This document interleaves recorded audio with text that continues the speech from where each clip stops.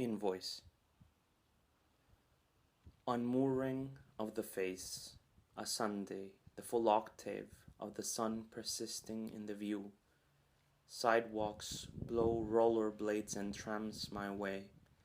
I left laundry racks and piles of red containers in my living room, hissing, lashing for a place.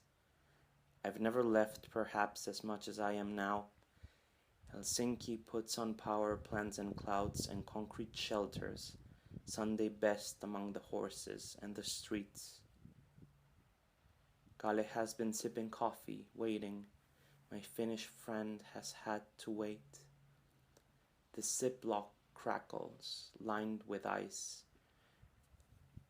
Kalle weighs 2 grams of mushrooms and drops their cadmium heads in juice. In April, I was drifting around the squares at midnight, sure the rapture left behind its rusty excavators. Footsteps echo up the staircase. In May, I hit the snag of silence near summer solstice, nose bit off my hands. Chocolates, jackets, buses, drunkards lean against sun-gilded balustrades, waiting for the outskirts, waiting for a place to dodge the doggerel of this exhausted hemisphere. Kalle tells me about a drinking game he played when he was young. We downed bottles until fainting, wearing Mexican sombreros, which was kind of racist, he concludes. Only towards your livers, I reply.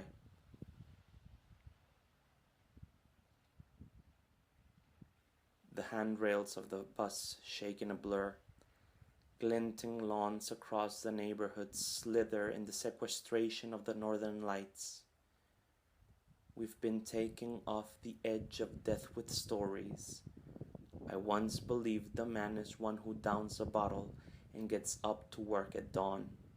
What a toxic macho thing, says my friend. Soft drinks, chocolates on the bus. Noise bit off my hands and now I touch the flagstones with fingertips of memory. During summer solstice, Kalle, Larry, Osku, Made, Elsa and Simo drank 100 shots of beer. A black woodpecker drenched the lake in what it meant. I've seen the glowing lines connecting stars in a deserted night, drank water from a plastic bottle in the dunes. Is it wrong to experience life as a delusion? The park which blends into a forest, an edge, a trough. We walk as to immure ourselves. Unabated laundry racks, trash bags full of moss, waiting for me in the crest of Sunday. The places in my life have not insisted. They ate the tuft of sacrifice. They left. Kalle guides me along a mud trail lined with planks and dead leaves. In slow motion, hide and seek, ladies stride with ski poles in the emerald light.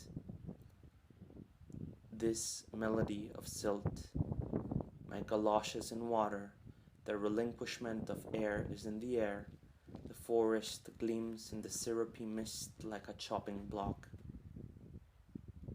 Kalle spoke about the maladjustment, the necrosis, a plant inflicts on its own tissue when mosquitoes spawn its leaves. Your wife must get tired of explaining everything to you. The plants prefer to die than serve some other creature. Whose side are we on regarding this, homeboy?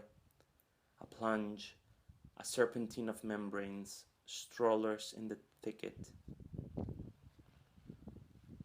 That summer solstice party, 100 shots of beer. They hugged and wailed and went into the sauna.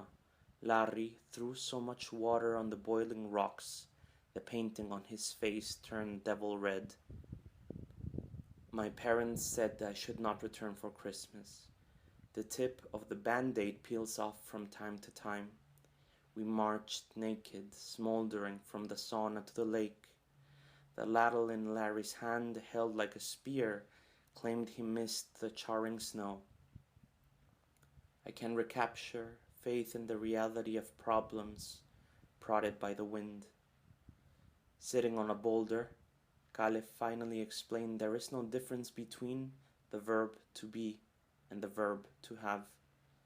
On the taut lace of the sky poisoned grasshops towards the Arctic, which in this case, against all odds, doesn't strengthen the possession, but underscores the adjacency of things against a human pelt. Larry stumbled, steaming, when puking on the lakeside. The leaves intone a sway around this clearing, an anchorage, a riddle quartered into dust. We sit and talk about the weather. The end again, the desert room. We're looking for a place to take a shit. Kale wondered if the mushroom hadn't hit him because of drinking juice.